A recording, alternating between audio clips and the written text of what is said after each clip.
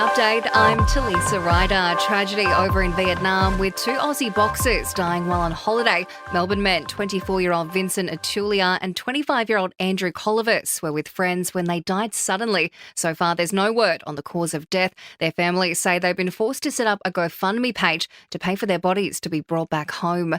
The Greens are proposing a so-called Robin Hood tax plan if they hold the balance of power after the next election. It would see the companies slapped with a 40% super profits tax to fund new cost of living measures. They predict it'd generate around $300 billion over the next decade. Greens leader Adam Bandt says the change would help people doing it tough. These big corporations have had it too good for too long.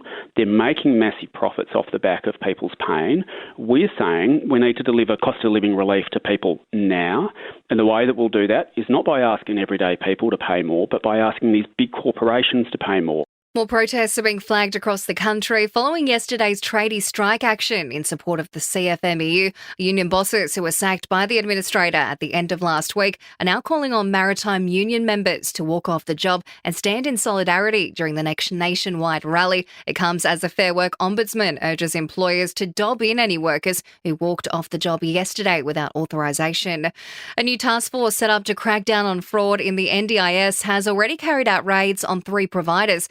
Australian Federal Police joined the NDIS in the raid with more than 1,000 providers under investigation. NDIS Minister Bill Shorten says dodgy providers are now on notice. You will get a knock on the door at a time that doesn't suit you, and we will find the evidence. People with disability are sick and tired of being treated as human ATMs by crooks and frauds. And much of the country is still waking up feeling tired despite sleeping for 7 or more hours a night. A sleep study from IKEA suggests technology, noise and light pollution are all drivers of a restless sleep. Sport and entertainment are next.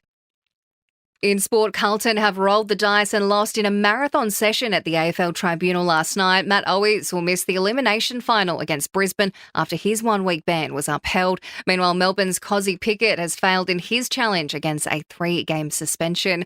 And to tennis, there's been plenty of success for our Aussie men at the US Open. Alex de Minaur, Max Purcell, Jordan Thompson and Perth wildcard Tristan Schoolgate have all advanced to the second round.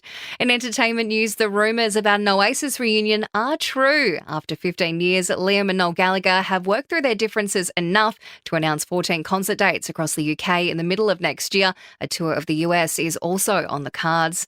It's been revealed Jennifer Lopez never wanted to pull the plug on her and Ben Affleck's marriage. As sources told People Mag, J-Lo wanted to work through things but realised divorce was the right decision after Affleck reportedly chose to pull away from the relationship and move on. And Margot Robbie's growing baby bump has been on full display while holidaying in Italy. The Aussie actress spotted soaking up the sun with hubby Tom Ackley, the pair expecting their first child together in a matter of months. And that's the latest from the Nova Podcast news team. We'll have another episode of The Update for you later on.